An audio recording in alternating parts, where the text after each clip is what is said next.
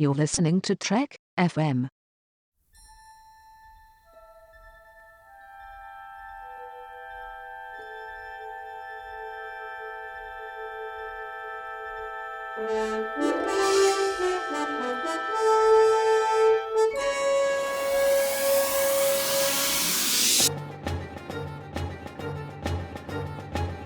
Hello and welcome to From There to Here, Trek FM's 50th anniversary rewatch of Star Trek, in which we start in Broken Bow, Oklahoma, and end on the Yorktown base in Star Trek Beyond.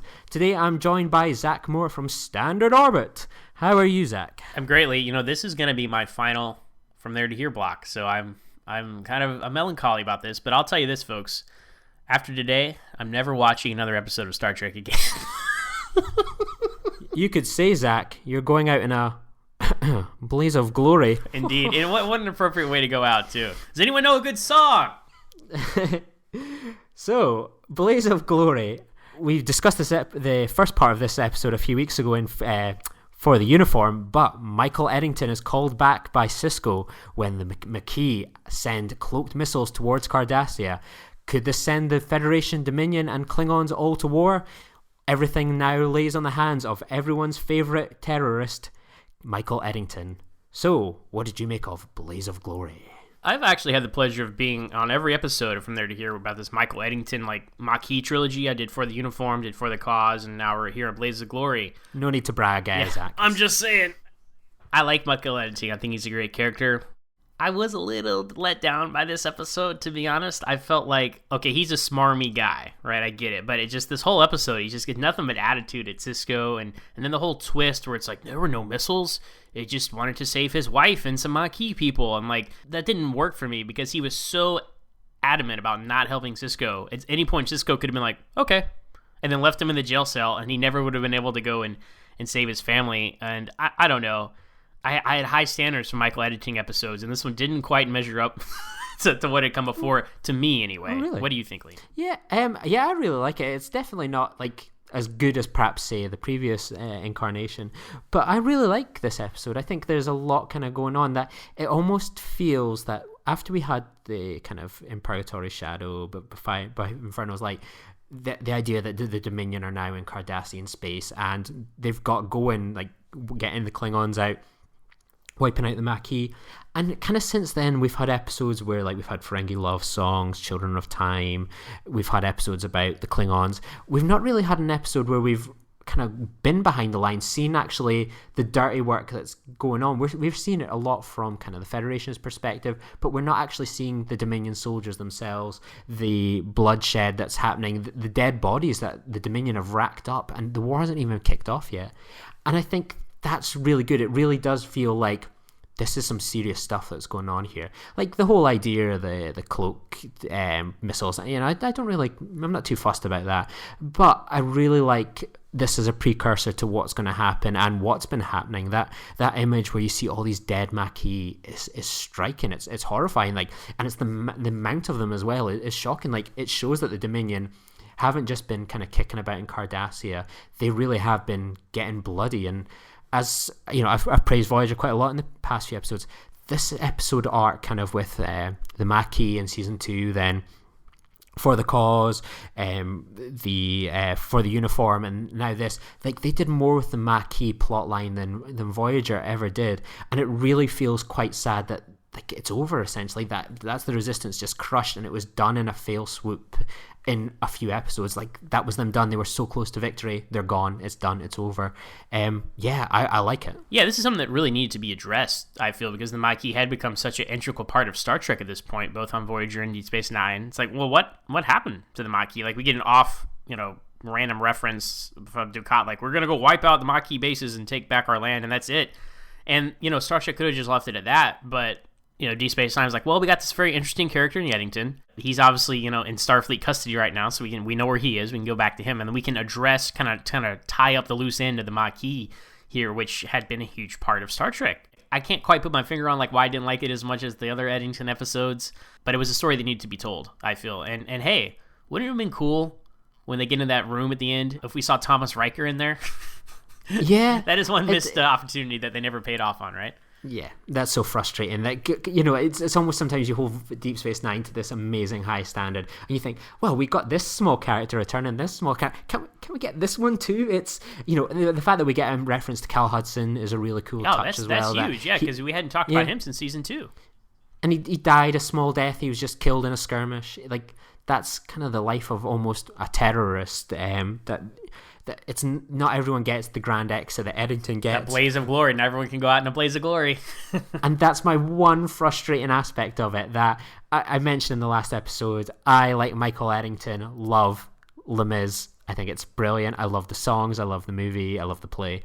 And see that moment where he's like, does anyone know any songs? And I wanted him to just start bursting out into, do you hear the people sing? Something like that. Like, One Day More, I would have killed. Like, even when I was watching it yesterday, I hadn't seen it in maybe a few years, and I was like, does anyone know a song? And I was like, wait, is he going to sing Les Mis?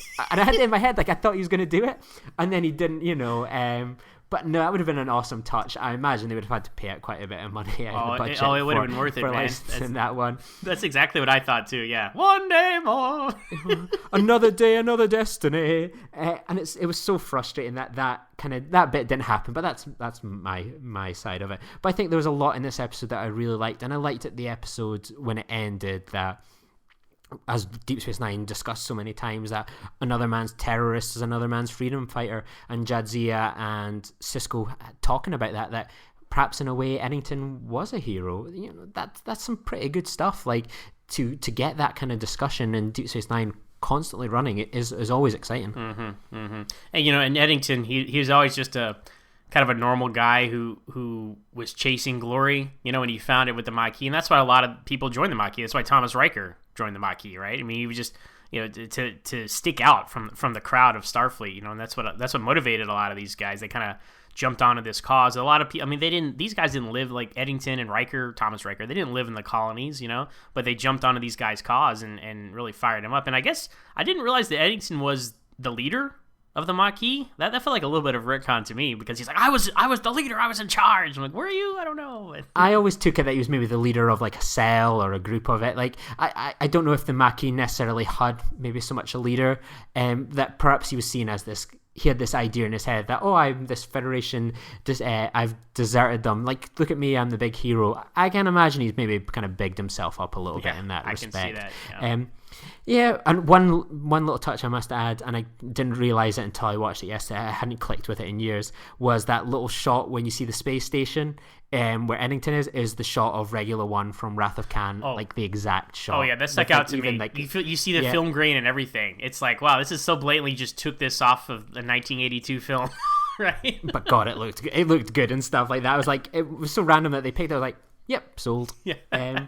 So have you got anything else you want to say about Blaze of Glory, Zach? No, just the fact that really weird Nog subplot here for 3 scenes with him and Martok and Jake. I was like, this is odd. I always joke about, like, I expect whenever Deep Space Nine goes off the station, I expect to cut back to the station and Jake and Nog are up to some crazy business. And this is exactly what that was. And it felt so out of place in this very heavy episode to have this goofy little subplot with Nog and Martok. It was fun, but I felt like it would have been better served in a different episode. Yeah, like if like people could have saved a lot of money and time, like sitting through the Hobbit movies, when they could have just watched this episode and discovered that heroes come in all shapes and sizes. So, you know, there's that as well.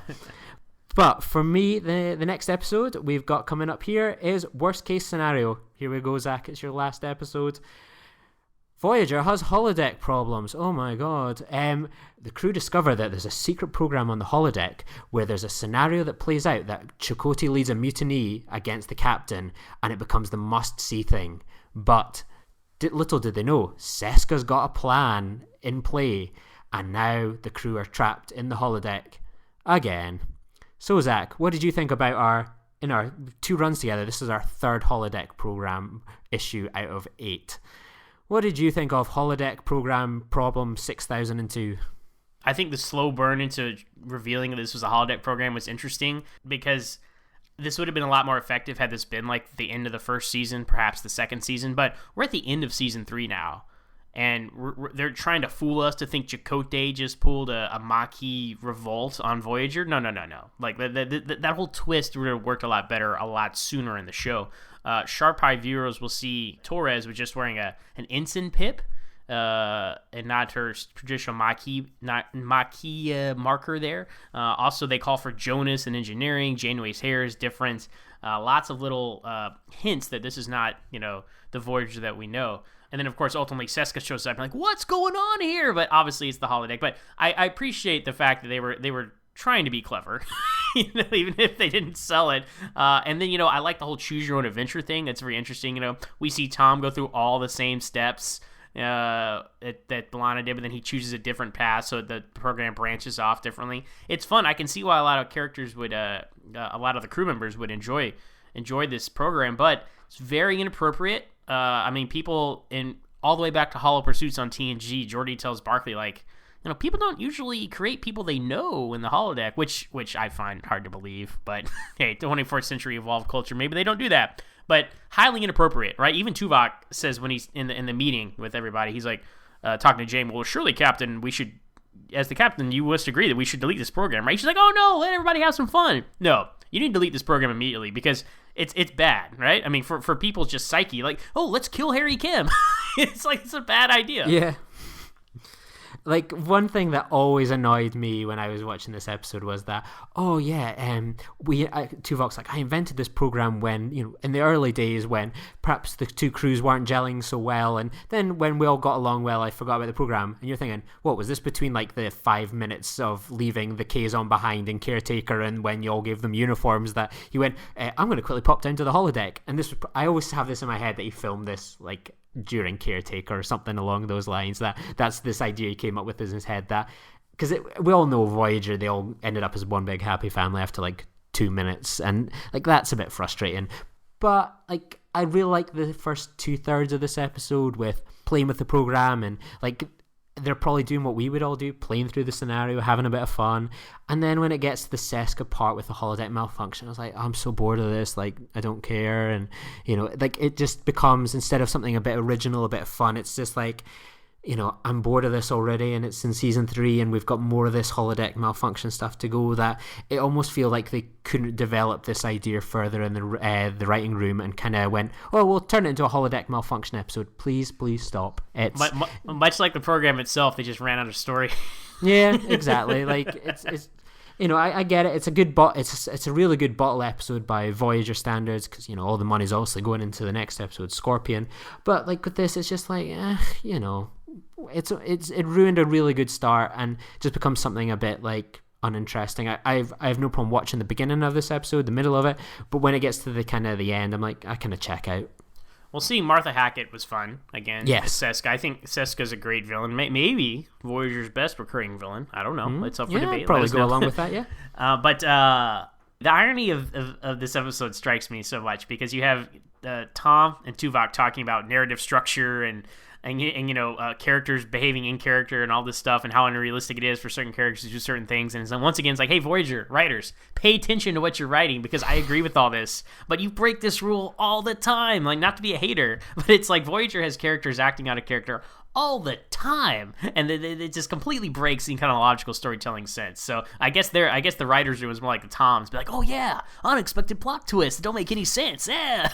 And that unexpected plot twist just beams up like a holographic fire extinguisher. That's about as far as it goes. Yeah, I don't know. I found it a very meta discussion, even if the writers were unaware of it. Yes. Them talking about that stuff. So. Absolutely. So have you got anything else you want to say about worst case scenario? So a fun choose your own adventure. But bottom line, when you have a recreational activity that involves you killing your coworkers, I would probably put the kibosh on that if I were Janeway. But that's just me. That's how I would operate my starship. But I think that is it is very true. Like, the one thing that annoys me is, like, imagine like Seska didn't end up going off with a Kazon or something like that, and that one day like Tuvok, like in the middle of like season 4 or 5, or just as they're about to get back to Earth, like goes, oh, I'm gonna have a bit of fun, play around with this program. I'm a bit bored. I've got all this years to kill, and then like Seska comes up and admits, I'm going to kill you all now, and it went, wait a second. She's still in engineering, and like this is how she ends up like getting herself caught out that she's just this like Cardassian spy. I think I would have enjoyed that. Oh, what? Where was Lieutenant Carey in this episode? Lieutenant Carey is still working on that bottle ship. He's the litmus test for when we were in the past on Voyager. Huge missed opportunity not to see him or pregnant Ensign Wildman, right? Where are all these characters? where are all these characters that we're supposed to see in the past? So Well, they got Kess's old hair, right? And Janeway's too. So give him credit there, right? So, Zach, it's unfortunately time to lower you down on a torpedo and shoot you out onto the Genesis planet. Have you got anything you'd like to say before you finish your run on From There to Here? It's been fun. Like I said, I've revisited a lot of Voyager in particular, the Star Trek series I'm least familiar with. The whole point of this project is to kind of reopen your eyes to Star Trek and things you haven't seen before, and this definitely worked for me. And it's been a long road getting from there to here for me, so I've enjoyed it. But yeah, really, I'm not watching another episode of Star Trek for ever at this point. Well, that's a great sales pitch for Standard Orbit, where you can find Zach Moore each and every week talking Star Trek, where he'll be like, from now on, so what did you think of that episode? I didn't see it. So there's your sales pitch, Zach. Well, you sold me out there, Lee. Good job. Absolutely. So if people wanted to get in touch with you and tell you how much they enjoyed your run on From There to Here, where can they find you on the internet, or where else can they hear you if they're not going to get their daily fix? Well, I personally am on Twitter and more on Zach. That's MOOREONZACH. And since I'm done watching Star Trek now, no, I'm really not, guys. Okay, but I am also watching Smallville, which is my other favorite TV show. And I have my own podcast called Always Hold On to Smallville. And you can find us on Twitter at AlwaysSmallville with one S. Well, and you can find me at Lee_Nostromo. You can find me at Star Trek VHS. And you can find me on the Senate Floor podcast, where we, like Zach, won't be talking about Star Trek. And we will be talking about each and every kind of pop culture event that's going on and giving it our best coverage. So you can find us there. Well, Zach, it's been such a pleasure doing 2 blocks with you. I'm going to miss podcasting with you. So I wish you happy adventures in the future, and hopefully we can podcast again soon. Well, I'm not gone, as long as you remember me. Goodbye, and live long and prosper, everyone.